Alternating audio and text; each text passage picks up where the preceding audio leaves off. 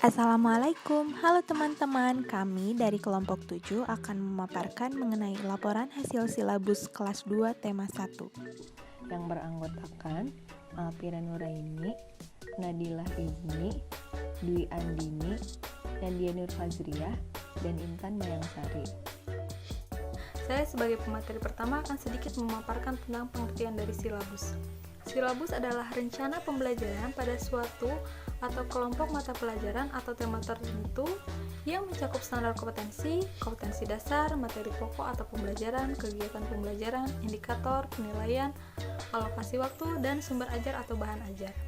Silabus merupakan produk utama dari pengembangan kurikulum sebagai suatu rencana tertulis pada suatu satuan pendidikan yang harus memiliki keterkaitan dengan produk pengembangan kurikulum lainnya, yaitu proses pembelajaran.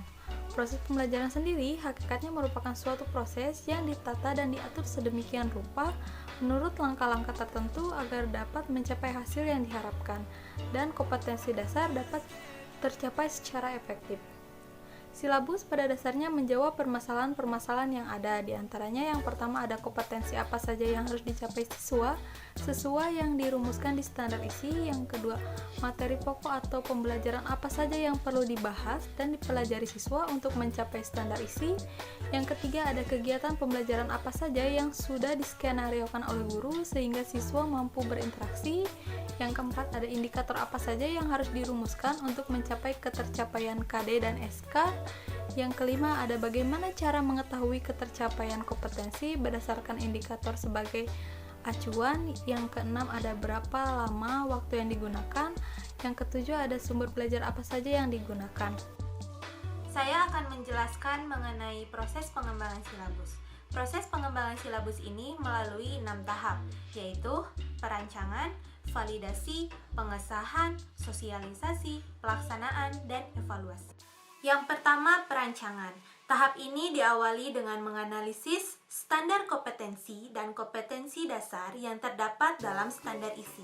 Dilanjutkan dengan menetapkan materi pokok atau pembelajaran, kegiatan pembelajaran, indikator pencapaian kompetensi, jenis penilaian, alokasi waktu, dan sumber belajar yang diperlukan.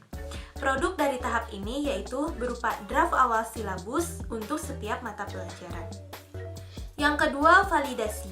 Tahap ini dilakukan untuk mengetahui apakah draft awal silabus yang telah disusun itu sudah tepat atau masih memerlukan perbaikan dan penyempurnaan lebih lanjut, baik berkenaan dengan ruang lingkup, urutan penyajian, substansi materi pokok maupun cakupan isi dalam komponen-komponen silabus yang lainnya.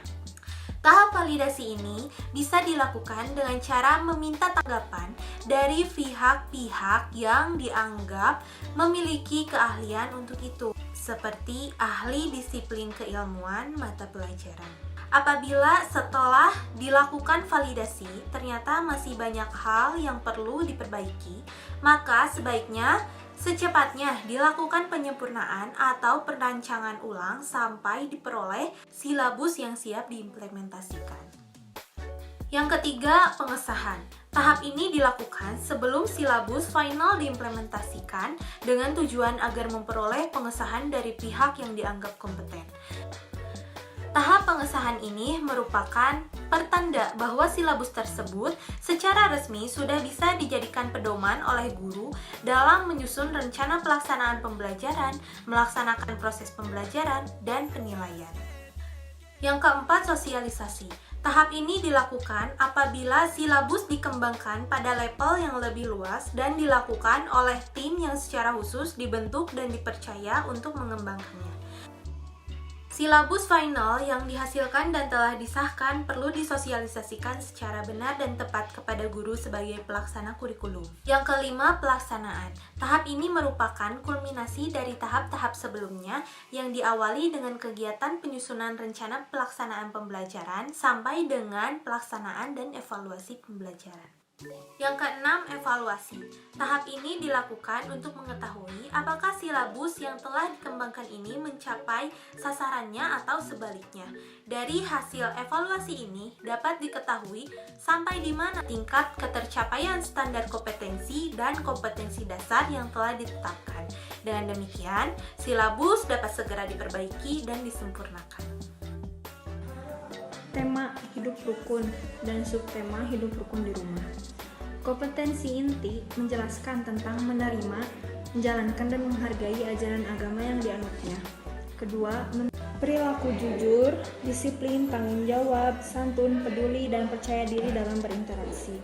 Dan terakhir, menyajikan pengetahuan faktual dalam bahasa yang jelas, sistematis, dan logis, dalam karya yang estetis, dalam gerakan yang mencerminkan anak sehat, dan dalam tindakan yang mencerminkan perilaku anak bermain dan berakhlak mulia. Di dalam tematik kelas 2 ini terdapat mata pelajaran PKN, Bahasa Indonesia, Matematika, PJOK, dan SBDP. Dari hasil silabus tematik kelas 2 ini menyatakan bahwa ada dalam silabus yang tertera di atas telah sesuai dengan indikator yang tersedia di kolom indikator tersebut. Di sini saya akan menjelaskan hasil analisis tema 1 subtema 1 menurut kelompok kami. Yang pertama, menurut aspek kompetensi dasar. Menurut kelompok kami sudah sesuai karena adanya keterkaitan antara standar kompetensi dan kompetensi dasar dalam mata pelajaran. Yang kedua, menurut aspek materi ajar. Menurut kelompok kami sudah sesuai karena karena mempertimbangkan potensi peserta didik, mempertimbangkan tingkat perkembangan fisik, intelektual, emosional, sosial, dan spiritual peserta didik. Yang ketiga, menurut aspek kegiatan pembelajaran. Menurut kelompok kami sudah sesuai karena memuat rangkaian kegiatan yang harus dilakukan peserta didik secara berurutan untuk mencapai kompetensi dasar. Yang keempat, menurut aspek indikator pencapaian kompetensi. Menurut kelompok kami, ini juga sudah sesuai karena KD yang dikembangkan menjadi beberapa indikator pencapaian kompetensi dasar terlebih dahulu dan menggunakan kata kerja opsional yang dapat diukur atau diobservasi. Yang kelima, menurut aspek alokasi waktu. Menurut kelompok kami ini juga sudah sesuai karena alokasi waktu yang dicantumkan pada setiap kompetensi dasar ada, dan alokasi waktu yang dicantumkan dalam silabus merupakan perkiraan waktu rata-rata untuk menguasai kompetensi dasar. Yang keenam, menurut aspek sumber belajar. Menurut kelompok kami ini juga sudah sesuai karena sumber belajar merupakan rujukan objek atau bahan yang digunakan untuk kegiatan pembelajaran, dan sumber belajar berupa media cetak dan elektronik, narasumber, serta lingkungan fisik, alam, sosial, dan budayanya ada. Yang ketujuh, menurut aspek kesesuaian antara komponen silabus. Menurut kelompok kami ini juga sudah sesuai karena adanya kesesuaian antara kompetensi dasar dan materi ajar, adanya kesesuaian antara kompetensi dasar dan indikator pencapaian kompetensi, adanya kesesuaian antara materi pokok dan kegiatan pembelajaran, adanya kesesuaian antara indikator pencapaian kompetensi dan kegiatan pembelajaran. Saya akan memaparkan hasil analisis silabus tema 1 subtema 2. Pada aspek yang pertama, aspek kompetensi dasar, menurut kelompok kami sudah sesuai karena adanya keterkaitan antara standar kompetensi dan kompetensi dasar dalam mata pelajaran. Aspek yang kedua, materi ajar, menurut kelompok kami sudah sesuai karena mempertimbangkan tingkat perkembangan fisik, intelektual, emosional, sosial, dan spiritual peserta didik. Aspek yang ketiga, kegiatan pembelajaran, menurut kelompok kami sudah sesuai karena memuat rangkaian kegiatan yang harus dilakukan peserta didik secara berurutan untuk mencapai kompetensi dasar. Aspek yang keempat, indikator pencapaian kompetensi, menurut kelompok kami sudah sesuai karena KD dikembangkan menjadi beberapa indikator pencapaian kompetensi. Yang kedua, menggunakan kata kerja operasional yang dapat diukur dan atau diobservasi. Aspek yang kelima, alokasi waktu menurut kelompok kami sudah sesuai karena pertama, alokasi waktu dicantumkan pada setiap kompetensi dasar.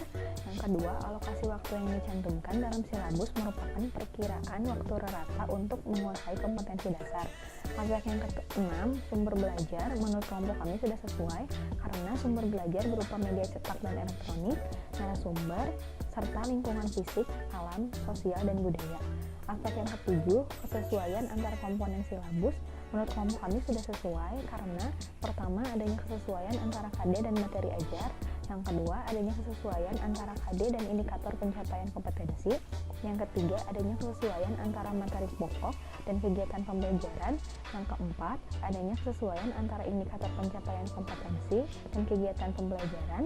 Yang kelima, adanya kesesuaian antara indikator pencapaian kompetensi dan penilaian hasil belajar. Dan yang keenam, adanya kesesuaian antara kegiatan pembelajaran dan sumber belajar. Sekian pemaparan dari kelompok kami. Mohon maaf bila ada kesalahan. Terima kasih.